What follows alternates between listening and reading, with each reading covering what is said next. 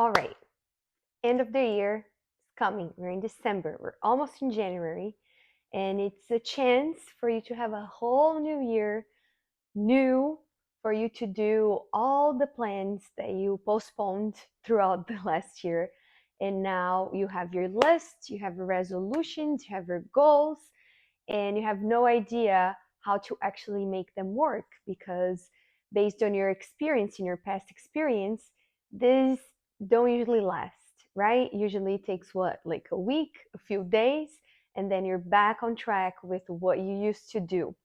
So today I thought about talking about 4 tips of how you can get your professional resolutions off the paper and into real life so you can have a 2023 that you really fulfill your professional dreams and have professional success. So let's start. Tip number 1 is to learn with the past. I know that you probably cannot wait to be your new you, right, in the new year, and you're dreaming about the future and all the great things that you can do and all the beautiful plans that you're going to have. But before we start getting all caught up into the new dreams, let's take a step back and see, because most of the times we think that the last year, because we didn't really fulfill our resolutions, it was kind of a waste. But it wasn't, because for the bad things that happened or the things that didn't really happen, all we can use that is for our self-knowledge and for our growth, so we can take lessons at least of all the things that we did and that worked out or that didn't work out, so we can use all those knowledges that we have about ourselves for the plans that we're going to make for next year. So the first step is to think about what has worked in this last year, what didn't work this last year, and if it didn't work, what was that made it not to work? Like, what were the challenges? What were the things that got in your way? What were the things that you planned but it didn't go as planned? Like, make a list of all the things that you wanted to do on the last year, the things that you actually did, the things that were better than you were expecting, and the things that didn't really work out the way that you wanted, because that's going to give you so much knowledge about yourself, about the way that you work, and we're going to use this for the next resolutions that you're going to make. With all this knowledge, let's go to the second tip, that is to imagine the best case scenario. So what we're going to do is to imagine what would be the ideal life, what would be like your dream professional life that would really make you work for it, that would really get you on track to do everything that you need to do, so you can fall in love with the dream, you can fall in love with the future, and really imagine what would your ideal professional life, what's the best case scenario if everything went right with what you planned, how would you be in a year, like what would have you accomplished? And based on that, I'm asking that actually, and that's a tip because science shows that happiness is the overlap of what we do and what is our ideal life. So whatever overlaps between what we think is the ideal and like the expectation and reality of things, in that overlap in the middle, it's what we can call happiness and like well-being, and when we feel good about ourselves and we feel happy about our lives. So it's really important for us to really picture like what it is or who it is that we want to become in a year, because that's what's going to fulfill our goals and our objectives. All right, so tip 3 is, now they have this big picture, they have the big dream, that you can visualize how your life could be, and that's the easy part. Now comes the harder part, that it is to break down in smaller goals. So you get this vision that you already have, that you know where you want to be in a year, and then now you have to break it down for like smaller goals or smaller tasks that you can do on your month, weekly, and daily. So those ideas of what you would like to be or what we would like to do, they are great. But if you commit to only the end, like the outcome, then you're not going to do everything that you need to do in between to get there, because you're not committed to the tasks, you're committed to the big goal. So the one tip that I give about that is you really need to align the person that you want to be with your goals and with the things that you wish, because if they're not aligned, then you get lost in the process. So let's say that, like in your professional life, you really want to make money, and to make a lot of money in your field, you need to work a lot of hours, or you need to work like for seasons that you're not going to have much time for your family, you're not going to have much time for your friends.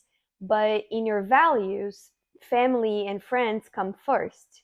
So your goal of making a lot of money in your field with the plan that you have, that it's to work a lot more, it's conflicting with your value, that it's to have family and to have friends first.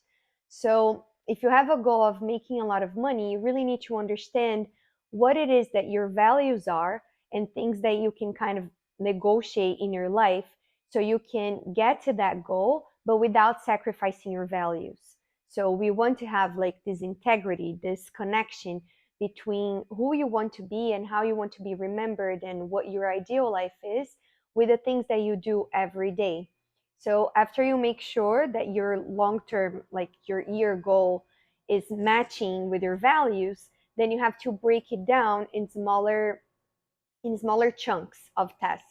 So let's say that it is to make $100,000 for the year, then you have to break down how much does that mean per month, how much does that mean weekly, how much does that mean daily, and you have to really understand what that's going to take from you, and what are the steps that you're going to need to take. So if it is to get a promotion, if it is to find a different job, if it is to change career, whatever it is, you need to break down in smaller steps so you have a clear plan and it's aligned with your values, with who you want to become, and it's not anything conflicting with your plan. The fourth tip, with all of this in mind that we've talked about in tip 1, 2, and 3, is to anticipate your challenges. Sometimes we forget, like in this excitement that we have of dreaming about the new life, we forget that life usually it's expected to have problems and to have challenges and for things not to go the way that we dream. But because we're so excited about the plan and about the future, we forget to kind of plan for these things. So our brain, it doesn't really do a good job of planning on the spot.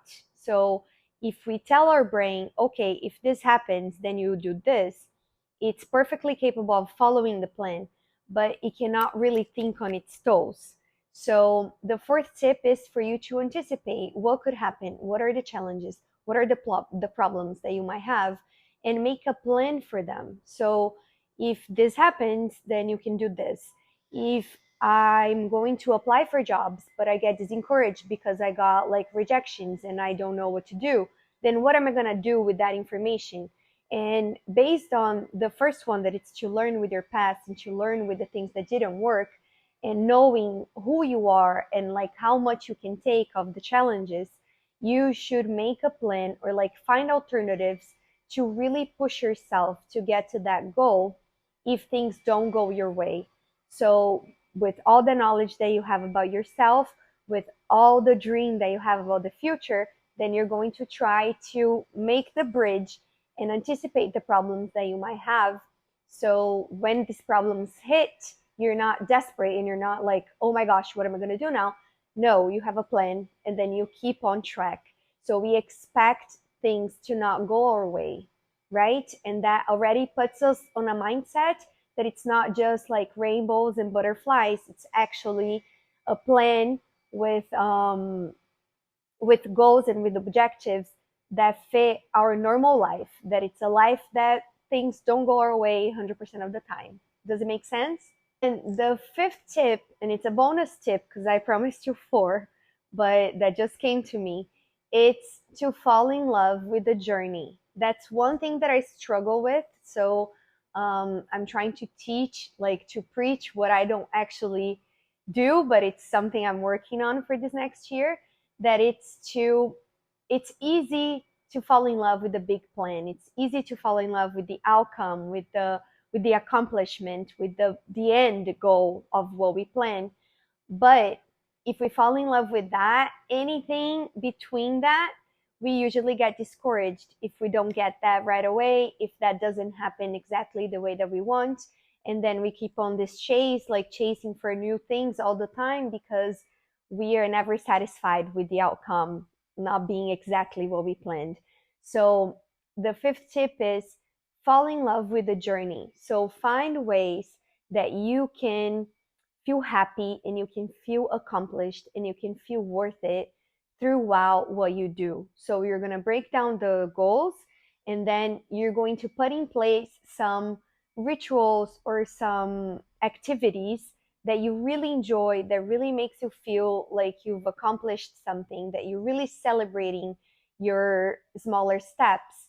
And you're really going to look forward to those milestones, to those smaller milestones that will get you on track. Because if you just wait to celebrate when the big things happen, then you get discouraged on the way. So I'm going to commit to that this year. I hope you commit to that too. You can talk to me about what's working, what's not working, what have you tried about this list, and we can share and we can talk about it. And I'm here to help you really get your dreams out of the paper and your professional success to happen in 2023. So count me on, count on me, and let's do this together.